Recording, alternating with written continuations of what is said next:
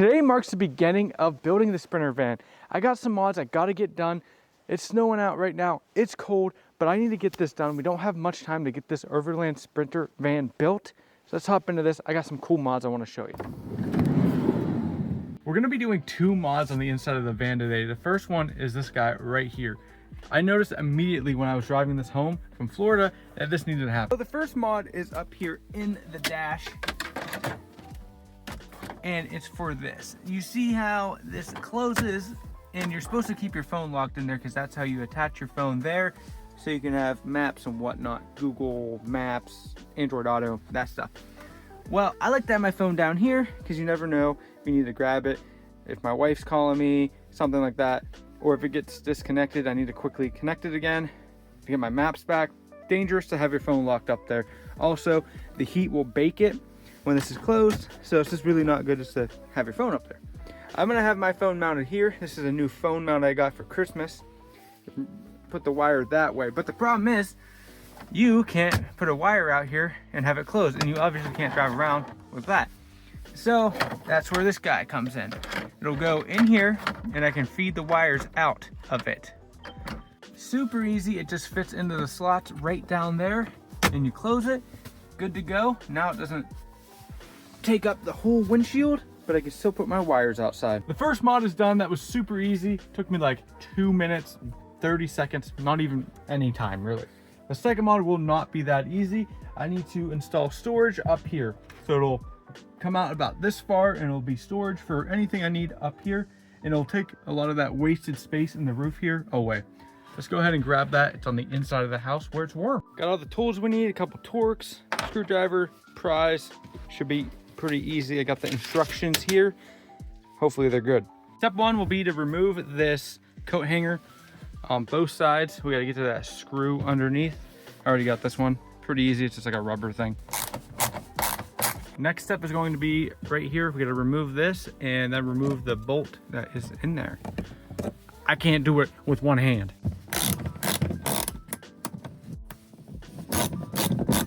Next up is these little mounting brackets. They say that this can hold 200 pounds, but I mean, it is aluminum, but I'm gonna tell you what, I can bend it with my hands, snap it. I don't think it's that strong. Small one up here, big one back here. Let's get into it.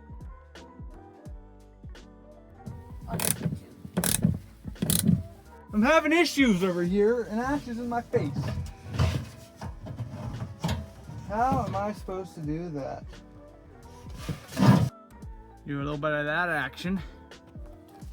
This was not easy to put on because of this. And these mounts are no way rated for 200 pounds. I was already bending them just trying to put this on. But it should be fine for our pillows and stuff.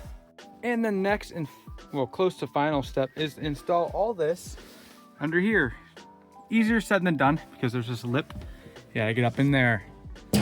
Good times. Pretty easy to install, but this side, they didn't think about having all this stuff right here. So I had to put my hand up in there, all the way back there, and get the bolt started. Not the easiest thing. I had to take my coat off to do it. Then I got stuck, started freaking out, and I gotta do it again. Awesome. Almost done here, got the bolts in. I did skip one over there, sue me. But on the back here, I'm trying to put the clothes hanger on so we can actually put a like curtain over this so nobody can look through the front windows. But running into the same issue, trying to get my hand up in here in a wrench is difficult. It is official. It's done. It's installed. We now have overhead storage up here, a clothesline hook thing, pole thing here, so I can put a curtain up and nobody can see what is going on in the back of the van. That's gonna be great, making sure people aren't looking through the windows. And then we got the wire thing up there. Pretty good first mods, I'd say. Let me know down in the comments what my next mod should be. I'm trying to think of things I can do while it's cold and snowy out without having a garage. I'd love to hear from you guys. Let me know what I should do next. Well, that wraps up the first mod for the Sprinter van. Went pretty easy if it wasn't for that fridge in the way and my fat, short arms. That really messed me up there and slowed me down. But that mod is pretty useful. It's gonna make traveling a lot easier. One, being able to route those phone chargers out of the dash, super helpful. There's a bunch of different spots to route them out for Ash's phone and my phone, so extremely helpful there. And also that storage above head, gonna be a game changer. We're gonna be able to put our pillows up there and most likely our blanket as well. It's a perfect big space for that. And also being able to put a curtain up front to block the view of people looking into the front of the van, extremely useful as well. Altogether, I think both those mods don't even come to $200, so pretty cheap compared to like a lot of the van stuff out there. I'm finding it a little bit difficult to find those budget options in the van space. That's probably because they assume if you're buying a Sprinter van, you have money. So unfortunately, my Tacoma mindset where I was trying to do everything on a budget and try to find the best bang for my buck is not going to work on the Sprinter van. We're gonna be spending a good bit of money, I have a feeling, on this van, but should be a good time anyways. I have a lot of stuff I wanna do to it. I can't wait to show you guys the idea for the back. I have a storage system I wanna get and to be able to carry the e-bikes. It's gonna be pretty crazy, but we need some better weather before I start pulling the trigger on those kind of mods. And also, if you are looking to modify your Sprinter van, I'll leave the links down in the description. I actually got both these products off Amazon with an Amazon gift card I got for Christmas, so it worked out really well there. It'll be down in the description if you're looking for it as well. Hope you guys enjoyed this video. It feels so good and refreshing to be working on a new platform and just doing all the research and like designing this build. Super excited to share it with you guys. Please hit that like button. It means a ton to me. And also, if you subscribe, that means a lot to me as well.